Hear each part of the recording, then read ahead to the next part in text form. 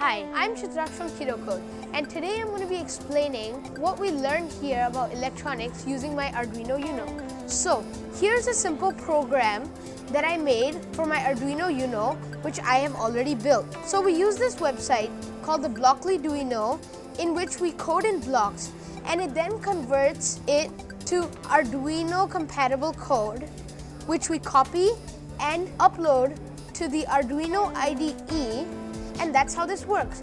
So, in this simple project, I use a digital write pin block to make the LEDs turn on one by one with a break of half a second between each one. And this is my result.